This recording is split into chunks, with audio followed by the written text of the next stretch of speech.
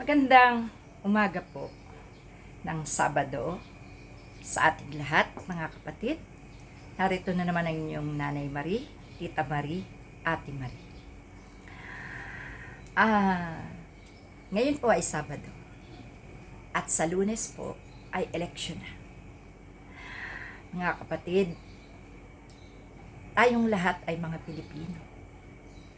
Ang atin ditong iniisip ay kapakanan ng ating bansa, sapagkat ang laman ng bansa ay tayong mga Pilipino. Hindi po maganda na ang Pilipino ay naglalaban-laban, Pilipino, kapwa Pilipino, nang dahil lamang sa paglilingkod sa bayan. Sa pagkakataong ito, mga kapatid, tuldukan na natin ang lahat ng hindi nararapat, ang hindi nakakabuti, ang naglilingkod na may kasamang katiwalian, kasamaan, at pagpatay ng ating mga kababayan, ay hindi na po dapat ito na maulit pa. Magpakatalino po tayo sa Lunes, no? Sa ating pagboto. Iboto po natin ang mga karapat-dapat na alam nating nagmamahal sa atin at sa ating bansa. Isipin natin ang ating kaapu-apuhan at ganun din sa ating mga sarili na umaasa na mayroon pang pagbabago na magaganap sa pamamagitan ng ating pagkakaisa. Tayo po ay may mga kulay na sinusunod, subalit hindi po ito dapat gawing dahilan para ang ating bayan ay ipahamak. Kalimutan po natin ang mga kulay. Kalimutan natin ang rosas, ang pula, ang berde, ang dilaw. Ang pairalin po natin dito ay ang ating sariling desisyon. Tayo ang dapat tumuklas ng tunay na nararapat para sa ating bayan. Alam niyo po, dahil sa mga kulay na ito, naglalaban-laban tayo. Nagkaroon ng panatiko, nagkaroon ng idolo, nagkaroon ng Diyos-Diyosan, at nagkaroon ng kanya-kanyang pananaw. Tayo pong mga Pilipino dapat isa lang ang pananaw sa ikabubuti ng lahat, sa ikabubuti ng bayan. Ang atin pong gawin ngayong Mayo 12 sa ating eleksyon,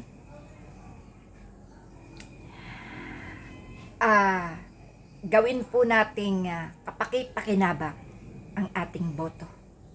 No? Tayo po ay bumoto ng tama. Iboto ang karapat-dapat. Iboto ang mga taong hindi tayo nakaranas ng kawawaan. Iboto ang tao, ang kandidato, ang politiko na talaga namang makikita nating may malasakit sa bayan. Hindi lang po sila ang mga Pilipino. Hindi lang po sila ang dapat na manatili sa gobyerno. Dapat po kada eleksyon pinapalitan natin ang lahat ng gumagawa ng kasamaan sa ating bayan. Itira ang mabuti, alisin ang masama. At ngayon po sa pagkakataong ito, dahil naumpisahan na ang paglilinis ng ating bansa sa mga pasaway, naumpisahan na kay Duterte, lahat po sana, pati mga ahensya, ay linisin na. Huwag na natin isipin sina Sara Duterte, sina Bongo, sina Bato de la Rosa. Ang Duterte, huwag na po natin yan isipin sa Lunes. Huwag na po natin isipin na sila ay muli pang iluklok sapagkat sa kanila na dumanas ang ating bayan at ang ating mga kababayan ng sobrang kawawaan. Palampasin na natin sila at hayaan natin sila na ang tamang hustisya ang magbibigay sa kanila ng dapat na mapa sa kanila. Sila po ay mga nahaharap sa babayad ng kanilang mga utang sa ating bansa. Pera, material, at higit sa lahat, ang ating karapatan. Karapatang mabuhay, karapatang guminhawa, karapatan na magreklamo, at karapatan na magsalita para ihayag ang damdamin nating mga Pilipino sa mga mali nilang ginagawa. Mga kapatid, magkaisa po tayo sapagkat tayo pong mga Pilipino, nasa ating mga kamay ang ikagaganda ng ating bayan. Kalimutan ang alitan, kalimutan ang pag-iidolo, ang pagiging panatiko. Magkaisa tayo, ayusin natin ang ating bansa.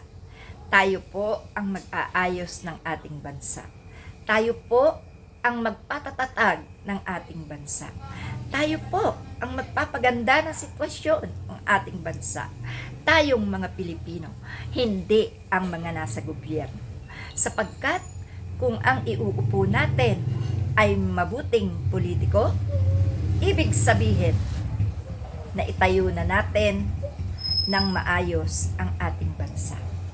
Ngayon, kung muling may gagawa ng kalokohan, tayo ang hahatol. Tayo ang magbibigay ng leksyon. Tatanggalin, hindi iboboto, hindi pauupuin, at hindi na pauulitin. Maraming salamat mga kapatid. Be wise sa pagboto. Iboto ang matitinong kandidato.